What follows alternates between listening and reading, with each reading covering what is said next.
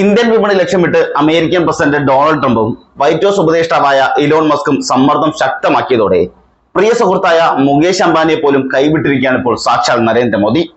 പ്രധാനമന്ത്രി പദമേറാൻ മോദിക്ക് കൈത്താങ്ങായി നിന്ന സുഹൃത്തായിരുന്നു ഇന്ത്യൻ വ്യവസായ ഭീമനായ മുകേഷ് അംബാനി. മുകേഷ് അംബാനിയും ഗൗതം അദാനിയും മോദിയുടെ അടുത്ത സുഹൃത്തുക്കളുമായിരുന്നു.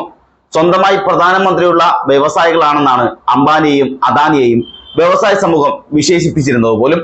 അംബാനിക്കും അദാനിക്കും ആനുകൂല്യങ്ങൾ ലഭിക്കുന്ന തരത്തിലായിരുന്നു കേന്ദ്ര സർക്കാരിന്റെ പ്രവർത്തനങ്ങൾ എല്ലാം തന്നെ നാളിതുവരെയും നടന്നു വന്നിരുന്നത്. പ്രതിപക്ഷ നേതാവ് രാഹുൽ ഗാന്ധിയും അംബാനി അദാനി സുഹൃത്തുക്കൾക്ക് വേണ്ടിയാണ് മോദിയുടെ ഭരണമെന്ന് പരസ്യമായി തന്നെ വിമർശിക്കുകയും അതുപോലെ തന്നെ പാർലമെന്റിൽ പലതവണ ഇത് പറയുകയും മാധ്യമങ്ങൾക്ക് മുന്നിലും ഇത് ആവർത്തിക്കുകയും ചെയ്യുന്നു. അപ്പോഴെല്ലാം BJP RSS തലത്തിലൊക്കെ വലിയ തരത്തിലുള്ള പ്രതിഷേധമാണ് രാഹുൽ ഗാന്ധിക്കെതിരെ ഉണ്ടായതെങ്കിലും ഇതാണ് യാഥാർത്ഥ്യമെന്ന് ജനങ്ങൾക്കും അറിയാം. എന്നാൽ മോദിയുടെ സുഹൃത്തായ ഡൊണാൾഡ് ട്രംപ് അമേരിക്കൻ പ്രസിഡന്റ് ആയതോടെ ഇന്ത്യക്ക് അനുകൂല നിലപാടായിരിക്കും അമേരിക്ക സ്വീകരിക്കുക എന്ന പ്രതീക്ഷ തകർത്താണ് ട്രംപ് സ്വന്തം സുഹൃത്തും വൈറ്റ് ഹൗസിന്റെ ഉപദേഷ്ടാവ് കൂടിയായ ഇലോൺ മസ്കിന് വേണ്ടി ഇന്ത്യ വിപണിയിൽ തന്നെ പിടിമുറുക്കുന്നത്. മോദി ട്രംപുമായി നയതന്ത്ര ചർച്ച നടത്തുന്നതിനിടെയാണ് ഇന്ത്യൻ കുടിയേറ്റക്കാരെ കൈവിലങ്ങും കാൽച്ചങ്കലയും വിട്ട് ട്രംപ് അമേരിക്കയുടെ സൈനിക വിമാനത്തിൽ ഇന്ത്യയിലേക്ക് നാട് കടത്തിയത്.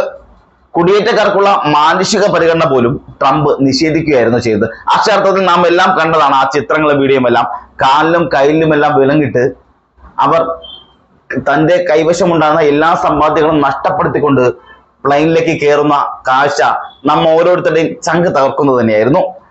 കൊളംബിയയും ബ്രസീലും അടക്കമുള്ള രാജ്യങ്ങൾ സ്വന്തം പൗരന്മാരുമായി എത്തിയ അമേരിക്കൻ സൈനിക വിമാനത്തിന് രാജ്യത്തിറങ്ങാൻ അനുമതി നിഷേധിച്ച് പ്രതിഷേധം പ്രകടിപ്പിച്ചിരുന്നു. എന്നാൽ ഇന്ത്യയാവട്ടെ സ്വന്തം പൗരന്മാരെ കൈവിലങ്ങണിയിച്ച് എത്തിച്ചിട്ട് പോലും മൗനം പാലിക്കുകയാണ് നാളിതുവരെയും ചെയ്തിട്ടുള്ളത്. അമേരിക്കൻ ഉൽപ്പന്നങ്ങൾക്ക് ഇന്ത്യ ചുമത്തുന്ന ഉയർന്ന ഇറക്കുമതി തീരുവ കുറയ്ക്കണമെന്നാണ് ട്രംപ് ആവശ്യപ്പെട്ടിട്ടുള്ളത്.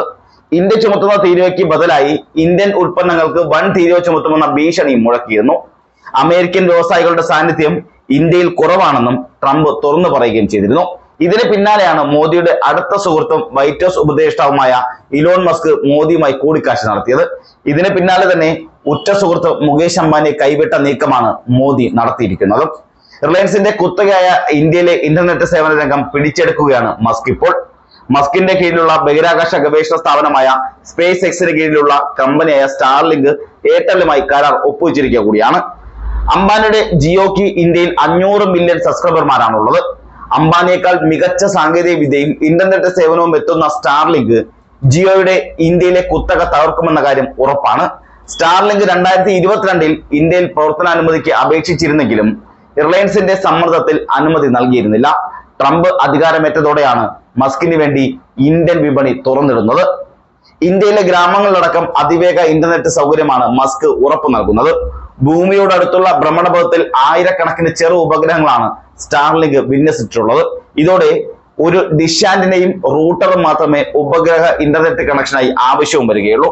പരമ്പരാഗതമായി കേബിൾ വലിക്കുന്നതിന് പകരം ഇന്ത്യയിലെ ഏത് ഉൾഗ്രാമത്തിലും ഇതുവഴി മികച്ച വേഗത്തിലുള്ള അല്ലെങ്കിൽ വലിയ തരത്തിൽ വേഗതയിലുള്ള ഇന്റർനെറ്റ് സേവനം ലഭ്യമാക്കാനുമാകും. സെക്കൻഡിൽ 100 MB-ക്കും 200 MB-ക്കും ഇടയിൽ ഡൗൺലോഡ് വേഗതയാണ് സ്റ്റാർലിങ്ക് ഇപ്പോൾ ഉറപ്പു നൽകുന്നത്. ഇതിനിടെ മോദിയുടെ സുഹൃത്തായ വ്യവസായി അദാനിക്കെതിരെ ന്യൂയോർക്ക് കോടതി അഴിമതി കുറ്റം ചുമത്തി കേസെടുത്തതും തിരിച്ചടിയാവുകയാണ്. അദാനി ഗ്രീൻ എനർജി ലിമിറ്റഡ് എന്ന കമ്പനി അമേരിക്കയിൽ നിക്ഷേപകരിൽ നിന്ന് $175 ദശലക്ഷം സമാഹരിച്ചത്. $2 ബില്യൺ മൂല്യമുള്ള സൗരോർജ വിതരണ കരാറുകൾ നേടുന്നതിനായി ഇന്ത്യൻ ഉദ്യോഗസ്ഥർക്ക് $250 മില്യൺ കൈക്കൂലിയും നൽകി. തങ്ങളുടെ കമ്പനി അഴിമതിരഹിത നയമാണ് സ്വീകരിക്കുന്നതെന്ന് അമേരിക്കൻ ഭരണകൂടത്തെയും നിക്ഷേപകരെയും വിശ്വസിപ്പിച്ചു എന്നുള്ളതാണ് കേസും. അദാനിക്കെതിരെയുള്ള കേസും ഇന്ത്യൻ വിപണി തുറന്നു നൽകുന്നുള്ള ആയുധമായാണ് ട്രംപ് ഉപയോഗിച്ചിട്ടുള്ളത്. കെൻഡക്കി, ബോർബോൺ പോലെയുള്ള അമേരിക്കൻ മദ്യത്തിന് ഇന്ത്യ 150% നികുതിയാണ് ഇതുവരെ ചുമത്തിയിരിക്കുന്നത്. ഇതിനെതിരെ പരസ്യമായി വൈറ്റ് ഹൗസ് മാധ്യമ ഉപദേഷ്ടാവ് കൂടിയായ കരോലിൻ ലീവിറ്റ് രംഗത്ത് വരികയും ചെയ്തിരുന്നു. ഗുജറാത്ത് മുഖ്യമന്ത്രിയായിരുന്ന നരേന്ദ്രമോദിയെ BJPയുടെ പ്രധാനമന്ത്രി സ്ഥാനാർത്ഥിയാക്കാനും 2ാം UPA ഭരണത്തിന്റെ അന്ത്യം കുറിച്ച് പ്രധാനമന്ത്രി പദത്തിലേറ്റാനും വിയർപ്പൊഴുക്കിയ വ്യവസായികളാണ് അംബാനിയും അദാനിയും. ട്രംപും മസ്കും കണ്ണുരുട്ടിയതോടെ സൗഹൃദം മറന്ന് ഇരുവരെയും കൈവിട്ടിരിക്കുകയാണ് ഇപ്പോൾ നരേന്ദ്രമോദി. നമുക്കറിയാം, നാളിതുവരെയും അംബാനിയുടെയും അദാനിയുടെയും വളർച്ചയ്ക്ക് നരേന്ദ്രമോദി ഒരു പ്രധാന കാരണമായിരുന്നു. അതുപോലെ തന്നെ പ്രധാനമന്ത്രി നരേന്ദ്രമോദിയുടെ പ്രധാനമന്ത്രി പദത്തിന് അംബാനിയും അദാനിയും ഒരു മുതൽക്കൂട്ടുമായിരുന്നു. ഇത് പരസ്യമായ രഹസ്യമെന്നൊന്നും പറയാൻ പറ്റില്ലെങ്കിലും എല്ലാ ജനങ്ങൾക്കും അറിയുന്ന കാര്യമാണ്. പക്ഷെ ഇപ്പോഴും അത് BJP അല്ലെങ്കിൽ നരേന്ദ്രമോദി നിഷേധിക്കുന്നുണ്ടെങ്കിലും യാഥാർത്ഥ്യമായ കാര്യം ഇത് തന്നെയാണ്. ഇപ്പോൾ ട്രംപിന്റെ വരവോടുകൂടി ഇലോൺ മസ്ക് കൂടി രാജ്യത്ത് കാൽ കുത്തിയതോടെ അംബാനിയുടെയും അദാനിയുടെയും കാര്യത്തിൽ ഏതാണ്ട് തീരുമാനമായെന്ന് പറയേണ്ടി വരും. നരേന്ദ്രമോദി അക്ഷരാർത്ഥത്തിൽ അംബാനിക്കും അദാനിക്കും നല്ല പണിയാണ് കൊടുത്തിരിക്കുന്നത് എന്നുകൂടി അക്ഷരാർത്ഥത്തിൽ പറയേണ്ടി വരും.